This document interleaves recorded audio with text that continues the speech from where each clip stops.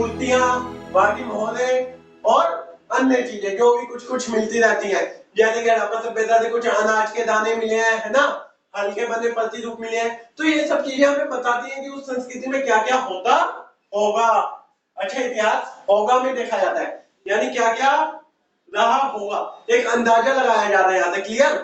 अब नेक्स्ट चीज है हमारा एक नगरीय सभ्यता। क्यों हड़प्पा सभ्यता को एक नगरीय सभ्यता क्यों कहा जाता है, या एक शहरी सभ्यता क्यों कहा जाता है, ये आपका 8 नंबर का आएगा और इसमें हर एक पॉइंट आपको डिफाइन करना है।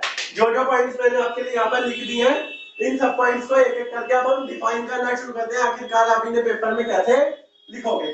तो सबसे पहले हड़प्पा सभ्यता की बस्तियां। जो हड़प्पा सभ्यता की बसावट का तरीका था ना, यानी हड़प्पा सभ्यता को किस तरीके से बनाया गया था, उसे 2 तरीके से, मतलब 2 हिस्सों में बांट दिया था। एक को कहा निचला शहर और एक को कहा दुर्ग। निचला शहर क्या है, निचला शहर है आम बस्तियां। आम बस्तियों का मतलब क्या है, यहाँ पर आम जनता रहती होगी। और दुर्ग का मतलब क्या है, देखो ये निचला शहर नीचे बनाया जाता था, यहाँ पे आम जनता रहती थी और ये मेनली ओनली ऑन एक आवासीय एरिया था, यानी यहाँ जिसे कहते हैं एक रहीशी एरिया। रहीशी एरिया मतलब यहाँ पे लोग रहते हैं, तो ये नॉर्मल जनता के लिए रहने वाला इलाका था। और सेकंड था दुर्ग। दुर्ग क्या था, दुर्ग होता था ये ऊंचाई पर बना होता था, चबूतरों पर बना होता था, और इधर मेन कौन रहते थे, राजा महाराजा या उनसे जुड़े मंत्री। और जितने भी मेन फंक्शंस वगैरह अरेंज किए जाते थे वो दुर्ग पर ही होते थे।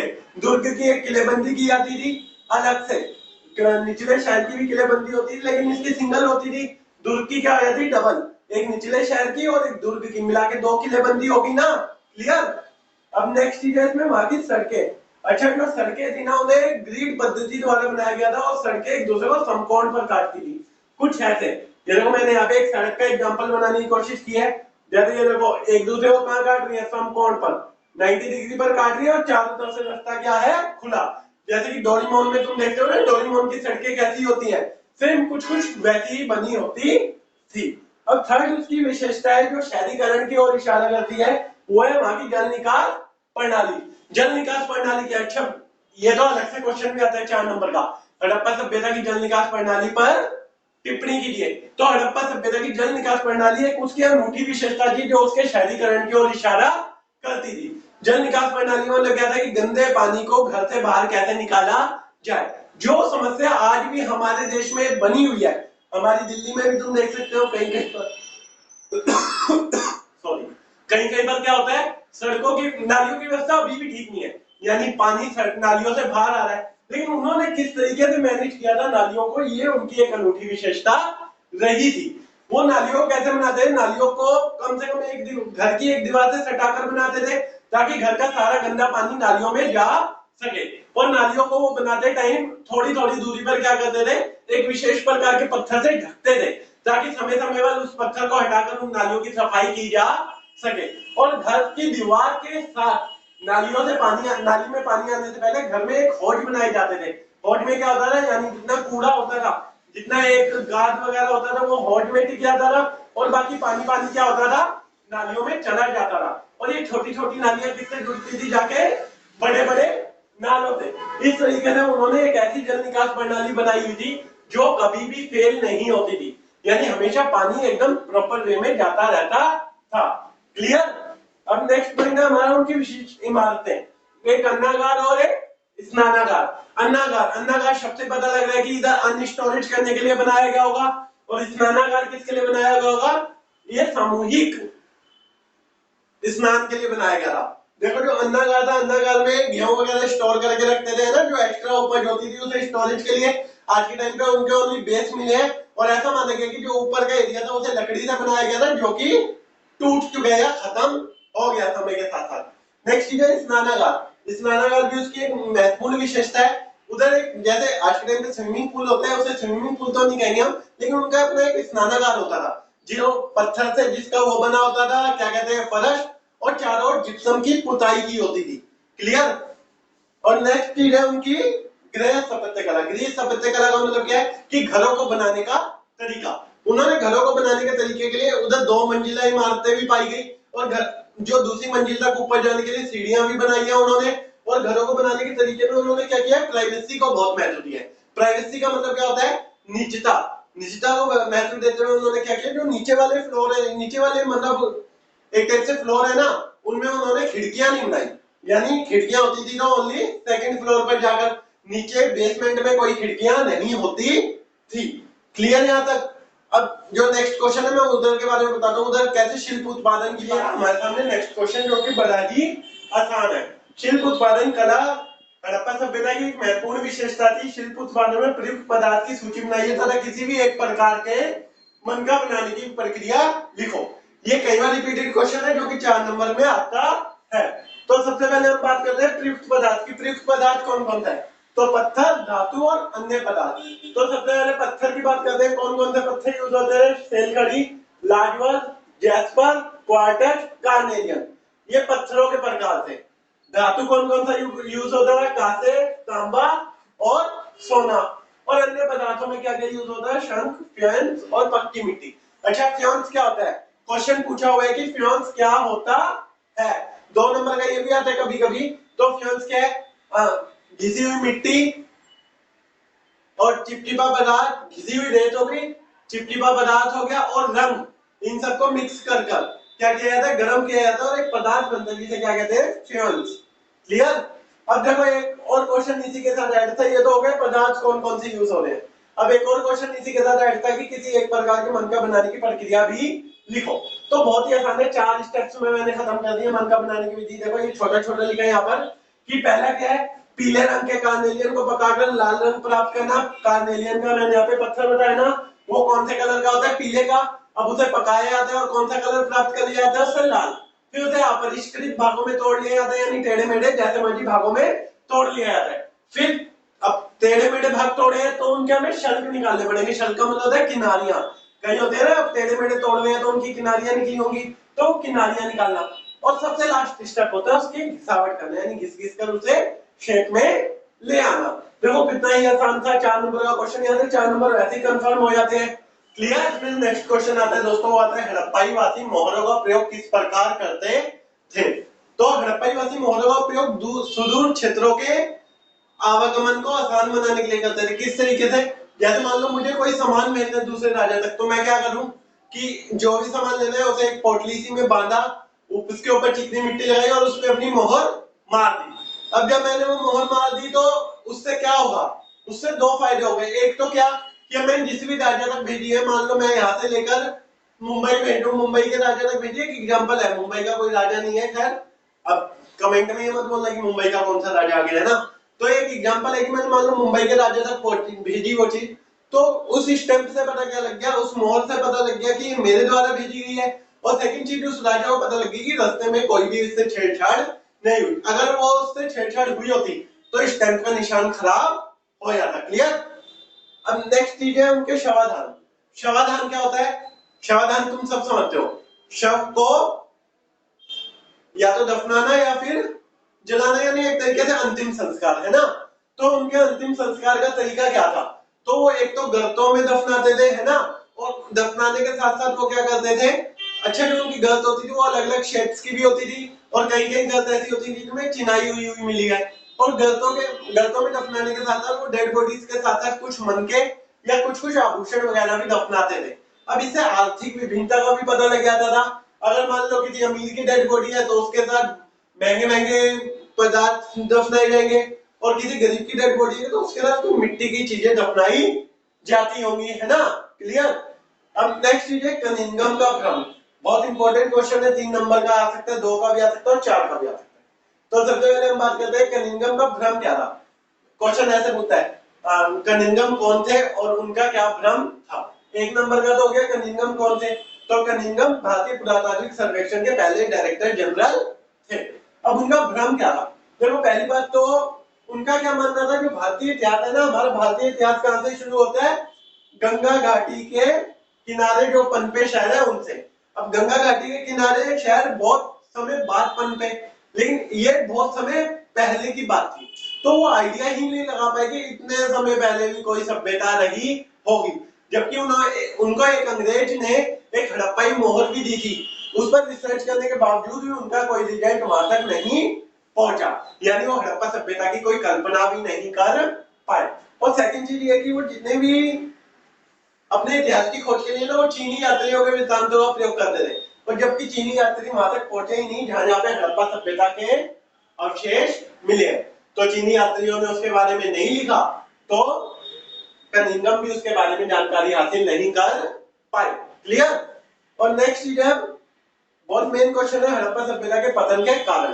हड़प्पा सभ्यता के पतन के कारण क्या क्या रहे होंगे?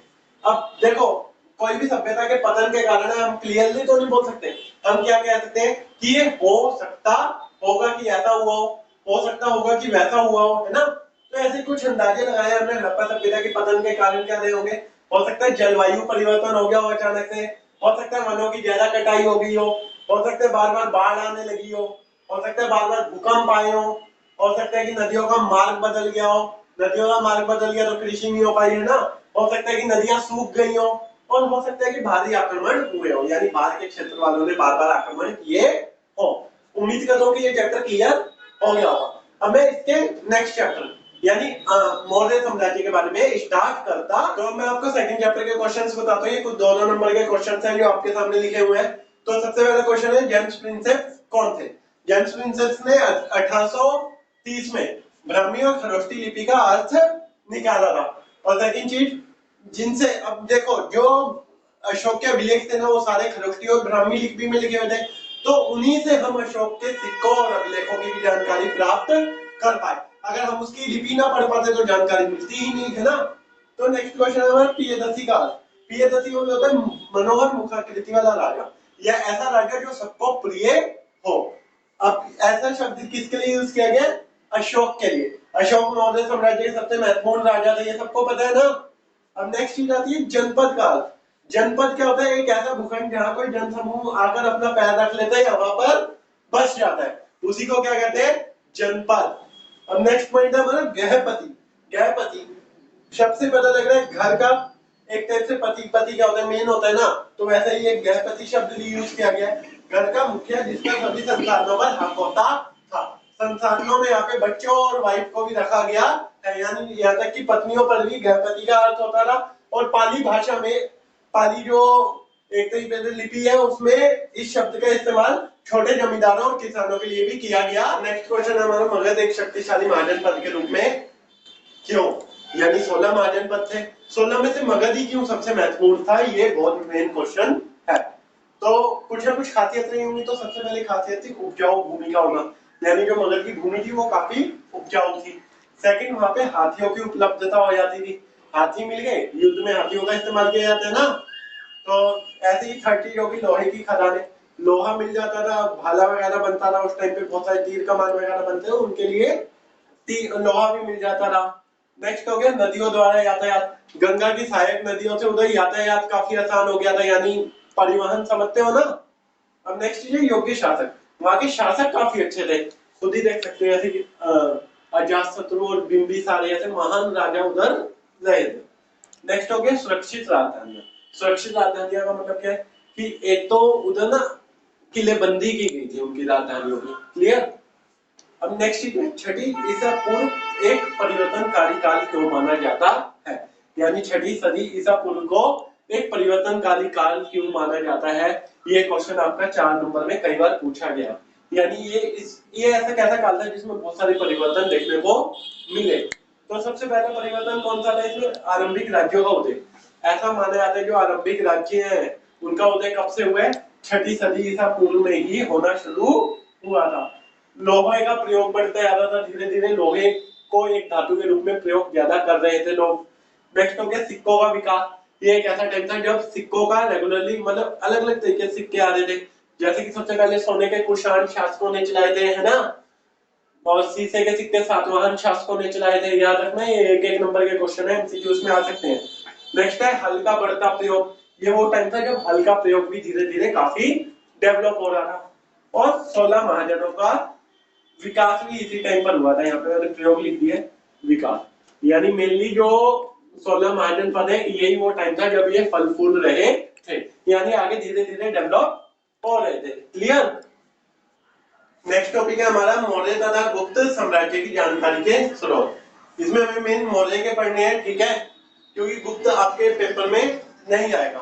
तो मौर्य साम्राज्य की जानकारी के स्रोत क्या क्या है? पहले मेगास्थनीज की इंडिका। मेगास्थनीज ने अपनी एक इंडिका पुस्तक लिखी थी जिसमें मौर्य साम्राज्य की पूरी जानकारी देखने को हमें मिलती है।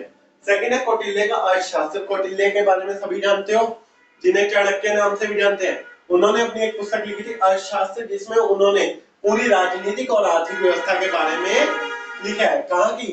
मौर्य साम्राज्य की। नेक्स्ट है जैन साहित्य और बौद्ध साहित्य। बौद्ध साहित्य में अशोक के बारे में काफी कुछ लिखा हुआ है, क्योंकि अशोक ने बौद्ध धर्म को काफी संरक्षण भी प्रदान किया था। नेक्स्ट है पौराणिक ग्रंथ, यानी जो हमारे पुराण है, ग्रंथ है, उनमें भी अशोक साम्राज्य की जानकारी मिलती है। और सबसे मेन जानकारी के स्रोत है उनके अभिलेख। अभिलेख क्या होता है वो अभी मैं क्लियरली आपको समझाऊंगा, तो उनसे भी हमें उनकी जानकारी मिलती है। अभिलेख एक तरीके से, मान लो आज के टाइम पे कोई घटना होती है, हम बुकों में लिख देते हैं ना। पहले के अभिलेख क्या होते थे?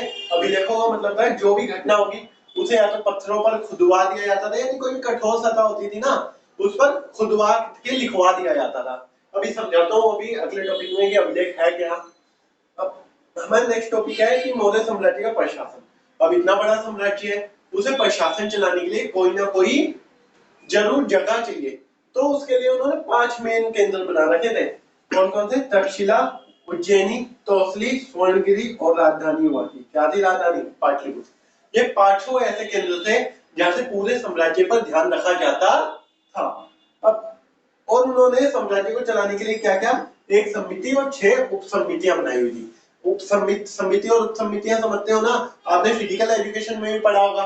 कमेटीज बनाना, किसी भी चीज को अगर हमें सही से संचालित करना है तो उसके लिए कमेटीज बहुत जरूरी होती है। क्यों? क्योंकि कोई एक समिति या कोई एक एजेंसी या कोई एक संस्था पूरे साम्राज्य को देख नहीं सकती, इसीलिए उन्होंने एक समिति के साथ साथ 6 उप समितियां भी बनाई थी। अब नेक्स्ट पॉइंट है हमारा अभिलेख क्या होते हैं, उसकी कुछ विशेषताएं और उसकी कुछ कमियां। तो जब हम अभिलेखों की बात करते हैं, मैंने आपको थोड़ा सा पहले भी कॉन्सेप्ट बताया कि ये क्या होता है, किसी कठोर सतह पर खुदवाए जाते हैं, क्योंकि उस टाइम पे कॉपियां तो थी नहीं लिखने के लिए, है ना। तो क्या करते थे, कठोर सतह होती थी उस पर खुदवा देते थे, है ना।